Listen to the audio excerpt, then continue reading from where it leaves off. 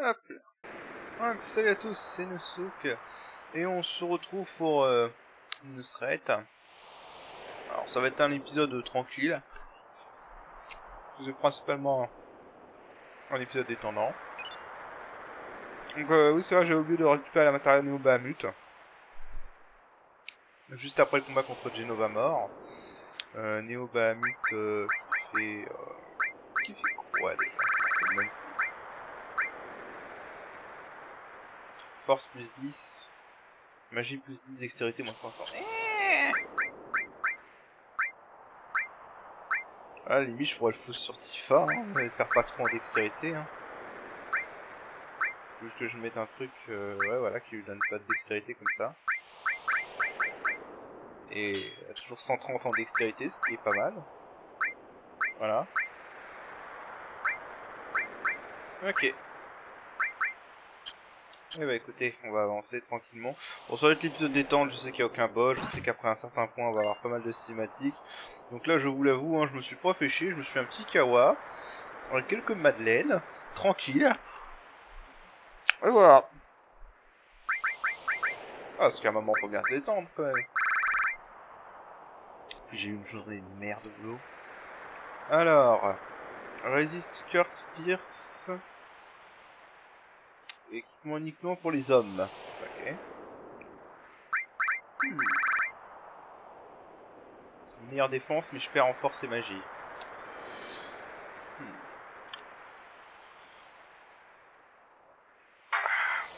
Cela dit, la résistance c'est pas mal. Ouais, je vais le mettre à Cloud. Est-ce que je peux mettre un autre truc? Ah oui, c'est vrai, faut que je remette le matériel contre-attaque du coup. Mettre à la place de... Ça, j'ai pas forcément besoin de plus d'HP avec elle. En vrai. Ok, donc on avance, et on va avoir encore une de ces tornades, si je me rappelle bien, passer. Hop, ouais, je hais ce passage.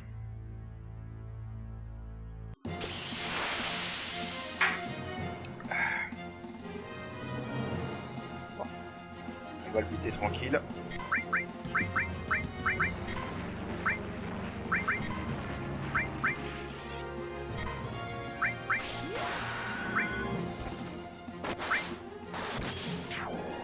Allez hop, dégage. J'ai même pas eu le temps de soigner Ketsi quoi.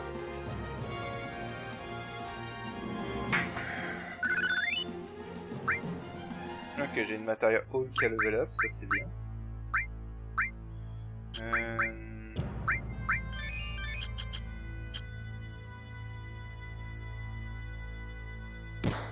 Sérieusement, il y avait rien.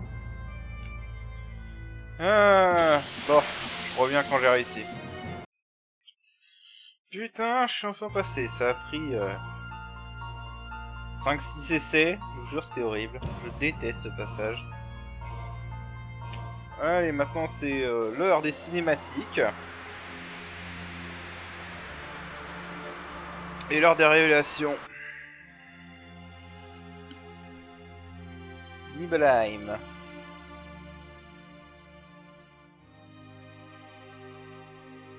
Ouais, c'est Nibelheim. C'est une illusion.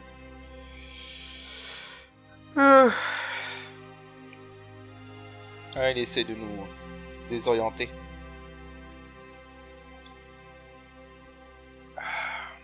Un petit café, ça fait du bien. Là. Surtout, j'ai vraiment eu une journée de merde au boulot. Bon. Allez, tout va bien. Oh, regardez.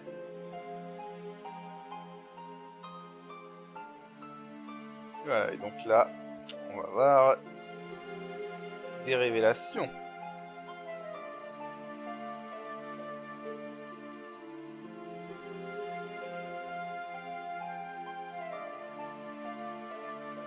Ouais, là, on n'a pas Cloud. Ah bah tiens. Mais j'ai fait le flashback. Pourquoi je suis pas là?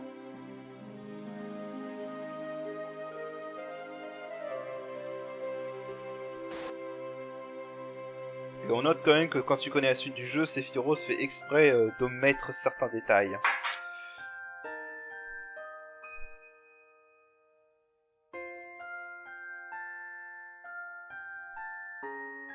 Ouais, t'as pas l'air très rassuré, Tifa.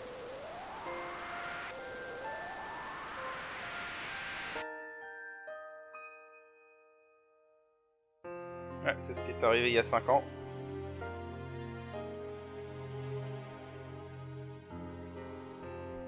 Ouais, c'est probablement pas le... Oui, voilà. Alors ça, c'est quand même un peu dommage, quand même, si tu fais FF7 aujourd'hui.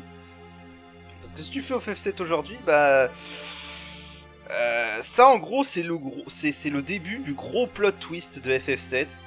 Et honnêtement, la raison pour laquelle j'avais adoré FF7 la première fois que j'y ai joué, parce que franchement... Bon, j'ai pas rentré dans les détails, mais voilà, pour moi c'est vraiment le meilleur moment de FF7 au niveau du scénario, c'est le gros plot twist. Le problème c'est que de nos jours, ce plot twist, bah... si t'as fait Crisis Core, il est complètement gâché. Si t'as fait Advent Children, il est complètement gâché. Quoique Advent Children a encore fait un petit effort pour essayer de pas le dire. Tu vois Zack. Bon, je pense que tout le monde connaît FF7 maintenant, hein, je peux spoiler, hein, y a pas de problème. Merde. Excusez-moi, j'ai tapé dans mon micro. Et bon, dans Advent Children, ils font un effort parce que tu vois Zack, mais tu sais pas trop qui c'est exactement. Mais le problème, c'est que si t'as fait Crisis Core qui est un préquel, bah ça te spoil complètement le scénario de FF7. Hein.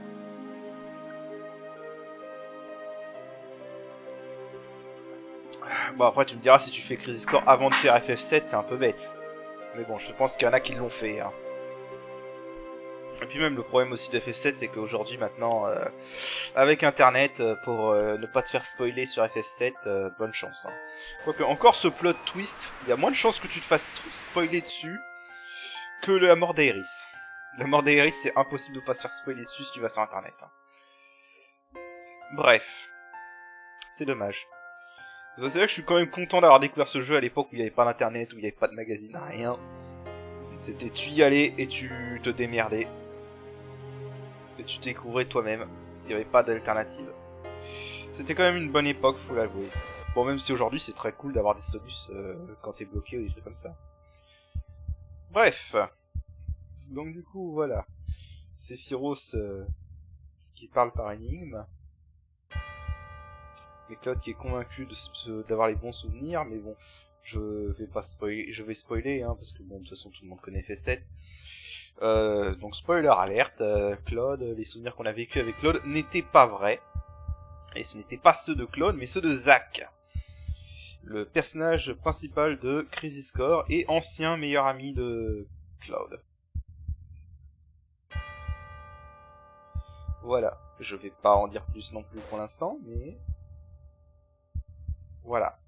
Et en fait, si je vais en dire plus parce que ça va faire partie de mon running gag de Sega Chief, il a pas le temps, mais plus tard je vais le ressortir, le Sega Chief il a pas le temps, parce que Sega Chief n'a pas le temps. Et donc du coup, il y aura un moment, pour ceux qui connaissent FF7, on pourra sauter toute la partie flashback où tout est révélé, ce que je vais faire, parce qu'encore une fois je pars du principe que si vous regardez un let's play d'un mode de FF7, vous connaissez FF7. Et donc je vais quand même faire une récapitulation pour les 1% ou 0,0001% de personnes qui regarderaient cette vidéo sans avoir fait FF7. En gros, Claude n'était pas membre du soldat, Claude était juste un membre d'infanterie de merde. Il n'a jamais fait partie de l'élite. C'était Zack qui faisait partie de l'élite. Et lui, du coup, il était quand même à Nibelheim en tant que simple membre d'infanterie. Il a quand même assisté à tout ce qui s'est passé. Voilà. Donc il était là, mais déguisé, il était sous un casque de soldat parce qu'il avait pas envie de se montrer devant Tifa. Enfin, il osait pas se montrer parce qu'il avait pas réussi à tenir sa promesse, il avait pas réussi à devenir un membre du soldat. Et donc il se cache pendant tout le moment où il est à Nibelheim, sauf évidemment au moment où Sephiroth trahit tout le monde, détruit la ville. Là Claude se dévoile et basiquement réussit à vaincre Sephiroth, voilà. Je vous raconte tout ça parce que tout ça on va le skipper plus tard.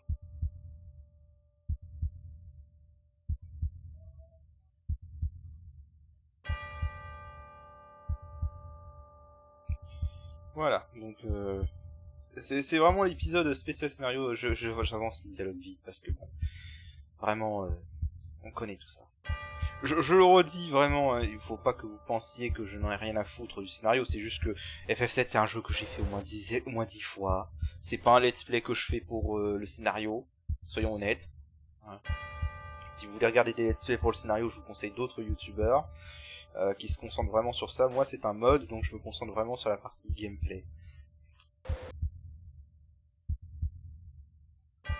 Quoique je sais que Newsret modifie un peu les dialogues, mais le sens du scénario reste le même.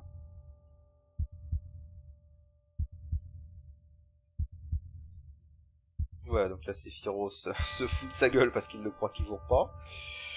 Et donc du coup il va lui montrer la fameuse photo qu'ils ont pris. Que vous avez pas vu parce qu'on a sauté le flashback de Nibelheim, c'est vrai.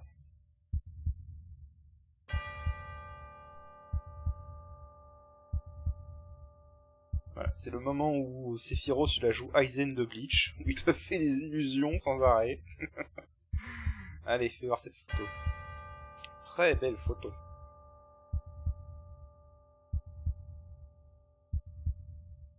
On note quand même que Sephiroth a toujours sa Masamune à la main. Hein.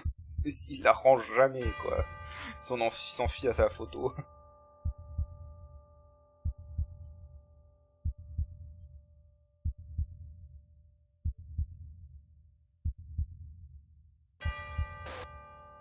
Voilà. Et là, Claude réalise. Soldat, première classe. Soldat. Quand est-ce que j'ai rejoint le soldat? Voilà, donc c'est là que Claude commence à se rendre compte qu'il y a des incohérences. Et bah qu'il a aucun souvenir en fait à part Nibelheim. Et la promesse qu'il a fait avec Tifa. Quand il était gamin. N'empêche, je sais que beaucoup de fans n'aiment pas le remake. Je sais qu'il y a beaucoup de fans qui ont été déçus par le remake. Je trouve honnêtement que le remake va dans une direction très intéressante. Et je suis curieux de voir ce qu'ils vont faire dans le remake. Vraiment. Je sais qu'il y en a qui n'ont pas aimé la fin du remake, et je les comprends. Parce que moi aussi au début j'étais en mode quoi? Mais je pense que même cette fin est un peu bizarre. Je pense que ça peut donner quelque chose d'intéressant derrière. En fait, je pense que le remake va vraiment falloir attendre de voir le projet en entier pour pouvoir juger la qualité. Parce que là, pour l'instant, en fait, on a que le début du projet, en fait, pour le remake. C'est comme si tu prenais une série de 4 films et tu jugeais seulement sur le premier film. Et souvent, les premiers films, c'est juste le truc qui introduit la chose. Ce que fait FF7 Remake, en fait, FF7 Remake t'introduit un peu ce qu'ils vont faire dans le remake. Mais bref, c'est pas le sujet. Donc voilà, là on retrouve nos potes de la Shinra qui sont devant les armes. Parce que oui, ils se sont vraiment pas fait chier pour les noms, hein. Ça s'appelle les armes, c'est bon, tout simplement. Les armes qui gardent la planète, voilà. Et qui supposément se réveillent quand la planète est en danger. Voilà. En fait, la vérité, c'est que les armes, c'est juste des créatures sauvages qui détruisent tout sur leur passage et qui s'en foutent complètement. Hein. Honnêtement, faut le dire. Hein. Parce que si elles pensaient vraiment à défendre la planète, les armes, elles iraient attaquer Sephiroth. Hein. C'est d'ailleurs un truc que j'ai jamais compris. Hein. À moins que Sephiroth peut-être les manipule, j'en sais rien. Que Jenova les a corrompus. Bref, j'en sais rien. Je pense que c'est jamais expliqué pourquoi les armes n'attaquent pas Sephiroth en fait. Quoique si tu suis la dernière arme, il y a un moment où la dernière arme se met au-dessus du cratère nord. Hein. Elle peut se mettre au-dessus du cratère nord et tu la vois en train de préparer son dernier rayon. Bon. Ce qui est d'ailleurs un point scénaristique un peu bizarre, mais qui pour le coup dans une parodie faite par la Team 4 Star a été un peu corrigé. Parce que dans la parodie de la Team 4 Star, la dernière arme reconnaît Claude et compagnie comme des gardiens de la planète et comme des alliés et se sacrifie pour lui donner sa dernière arme. Je vous conseille cette parodie si vous comprenez l'anglais, elle est vraiment excellente. Parce qu'elle est très drôle, mais en plus elle corrige certains points scénaristiques et rend le scénario plus concret. Et elle a quand même des moments qui sont vraiment émotionnels. Enfin, ça respecte l'âme du jeu en fait. C'est pas comme Banal Fantasy ou Banal Fantasy, c'est très drôle Banal Fantasy, c'est génial Banal Fantasy, ça rend vraiment tout parodique. Mais la parodie de la Team 4 Star s'appelle Machina Breach. rend les choses drôles, mais respecte quand même les moments du jeu où le moment est vraiment émotionnel. La mort d'Aeris est excellente dans cette parodie, par exemple. Mais je vous la conseille vraiment si vous comprenez l'anglais. Je sais pas si les sous-titres français disponibles sur ces vidéos. Mais bref. Je parle pour rien, mais bon, là, faut dire que c'est que des cinématiques, donc... Voilà, donc c'est Sephiroth qui a refait son Aizen et qui nous a fait qui a plongé tout le monde dans une illusion. On se demande pourquoi il fait pas ça plus souvent, d'ailleurs. Mais bon. Enfin, je crois qu'il y avait une théorie comme quoi il peut faire ça que dans le cratère nord parce qu'il y a une grosse source de Mako ou je sais pas quoi. Bref. Coucou.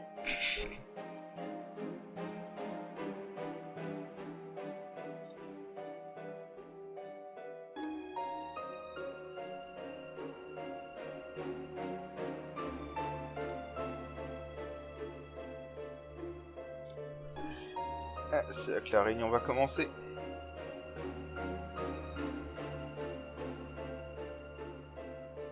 Alors là c'est bien en fait parce que tu vois que les dialogues de Tifa ne sont pas dans une case bleue. Belle utilisation graphique, c'est juste pour indiquer que Claude n'entend plus Tifa en fait. Claude n'entend pas ce que Tifa dit. Là je crois que tu peux essayer de lutter mais tu peux pas. Tu vas vers Nanaki pour reprendre le matériel noir. Mais non, t'entends pas Tifa, il a complètement perdu l'esprit.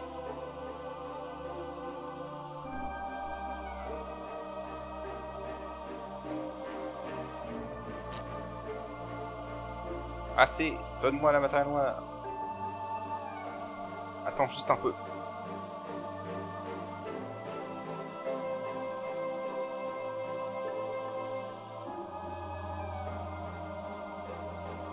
Tu dis ça même à la Shinra?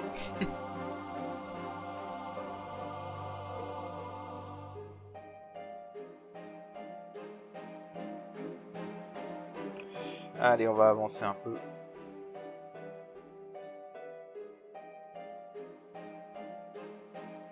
Ton expérience est un succès, mais pas avec ceux que tu croyais qui étaient un succès. Donc c'est un échec qui a réussi.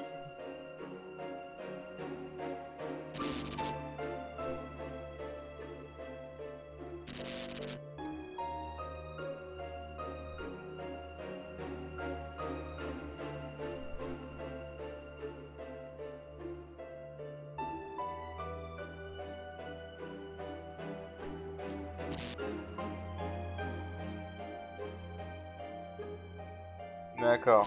Donc voilà.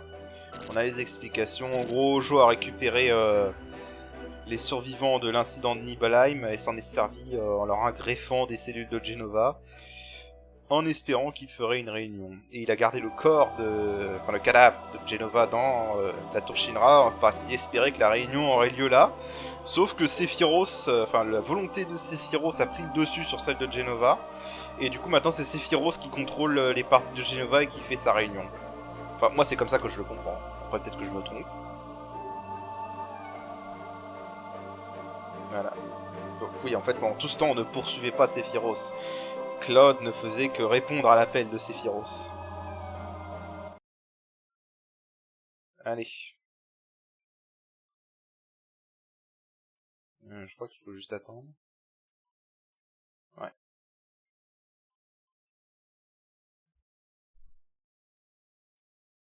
Voilà. Il est là.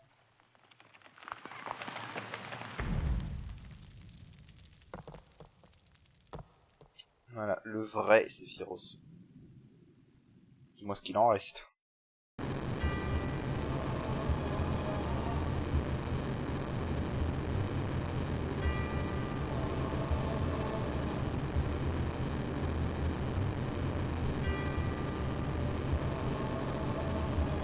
Voilà.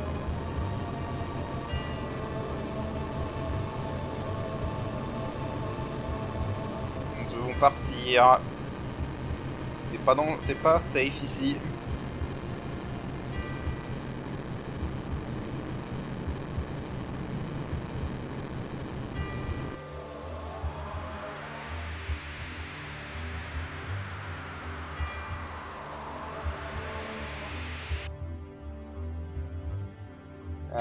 Ouais, non, désolé Tifa, il t'entend plus, hein, c'est fini. Et maintenant, voilà. Il a donné la matéria noire. Et c'est parti. Voilà, Sephiroth va pouvoir invoquer le météore.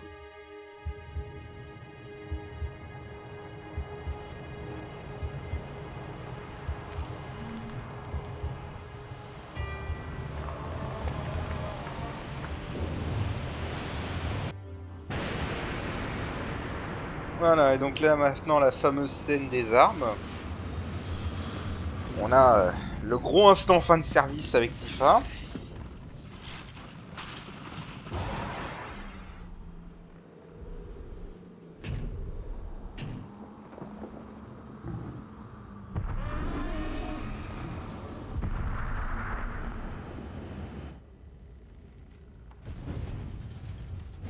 Ils sont sympas la Shidra quand même, ils les ont tous récupérés. Hein. Et après ils en ont gardé que 2 et ils se sont barrés. Salut la dernière arme. Voilà, donc là c'est une fan service. Ah putain, c'est vraiment dommage. Hein, parce que Tifa c'est un bon personnage, mais c'est dommage qu'il y ait autant de fan service dessus en fait, c'est dommage. D'ailleurs putain j'aimerais bien que la communauté de modding de FF7 Remake se calme sur les modes de costumes de Tifa et passe plutôt des vrais modes intéressants à la place, parce que franchement ça commence à être chiant.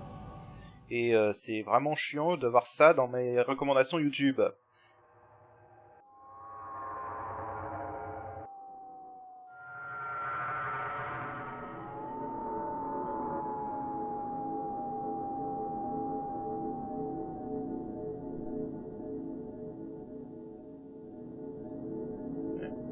Cloud.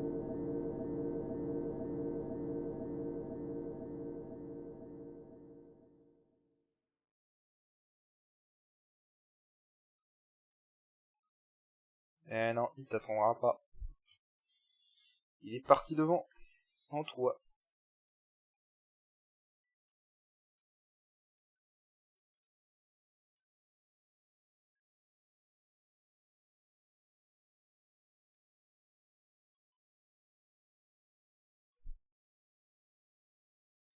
Ouais. Tifa qui avait pas la force de lui dire la vérité.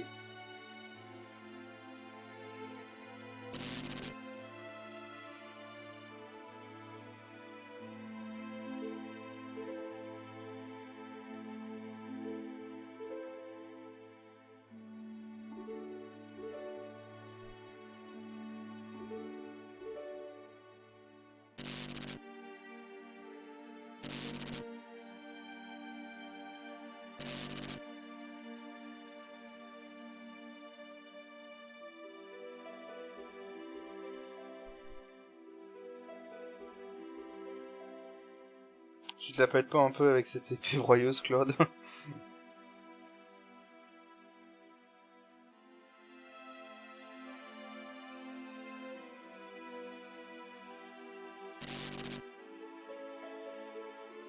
Hmm.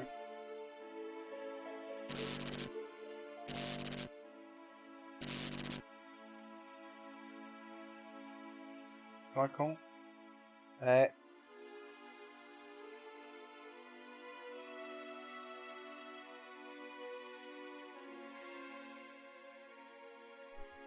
Ça faisait 7 ans, pas 5.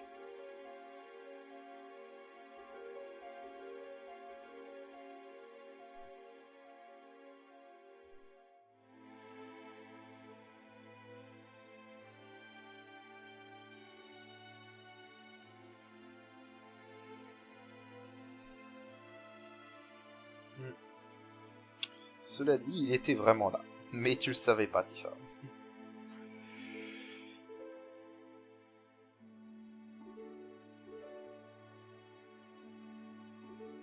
Voilà.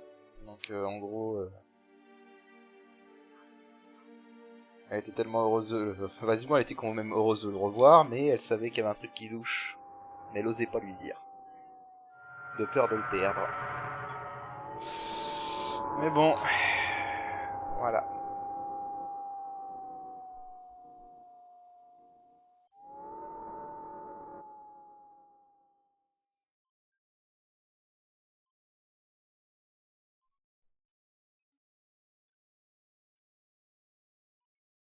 Ils aiment les écrans blancs dans FF7 quand même.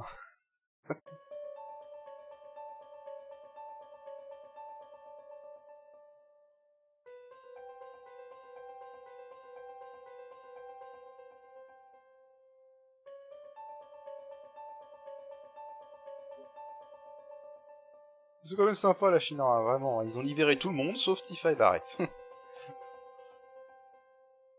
Les autres, aucun problème, ils représentent pas un danger.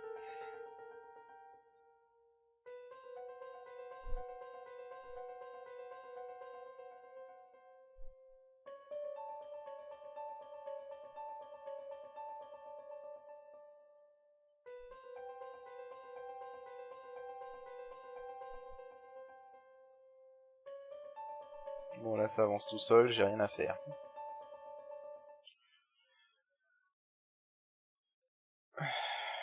Voilà. Où est-il?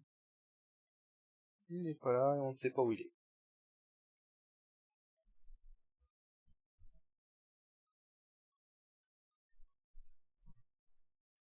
Ça on ne sait pas, c'est évident.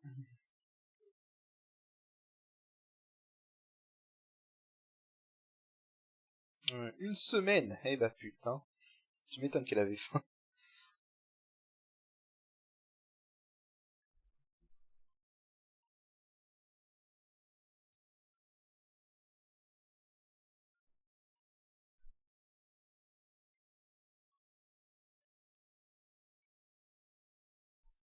Voilà. Donc voilà, on a basiquement des kaijus qui sèment la terreur et et un Sephiroth qui s'est protégé en cratère.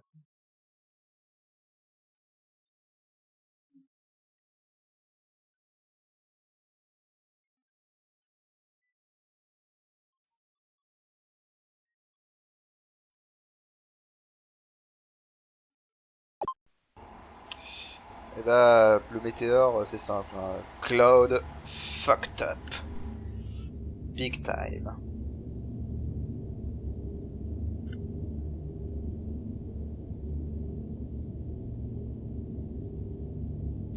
Voilà, le météore brûlé.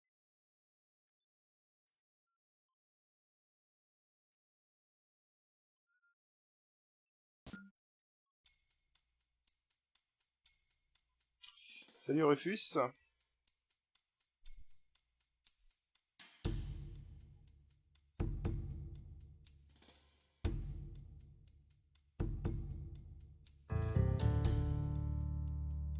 Ouais, qu'en gros, Rufus a besoin d'un bouc émissaire.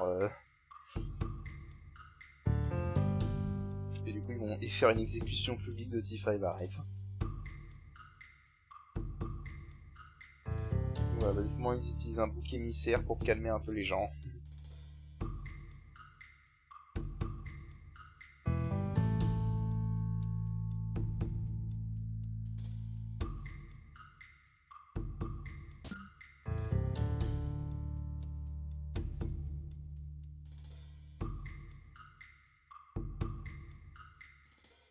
Voilà. Ouais, basiquement, on contrôle Barrett. Si je ne me trompe pas, je crois que c'est le seul moment où on contrôle Barrett du jeu. On avance. Et on a un petit point de sauvegarde ici. Parce qu'ils sont très gentils, ils nous laissent quand même sauvegarder. Est-ce que je peux faire l'upgrade de Nanaki? J'avais oublié de l'upgrade. Enfin, j'avais pas pu.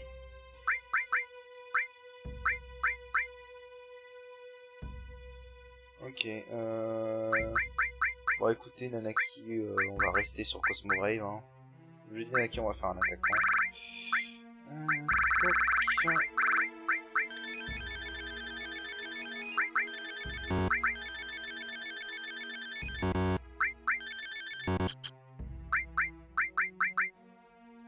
Ok, parfait.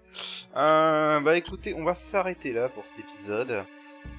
Parce que bon voilà, on a eu beaucoup de cinématiques et tout. Donc je pense qu'on va s'arrêter là, tranquillement. Et puis on continuera la prochaine fois. Donc on se joue à la prochaine. Allez, salut!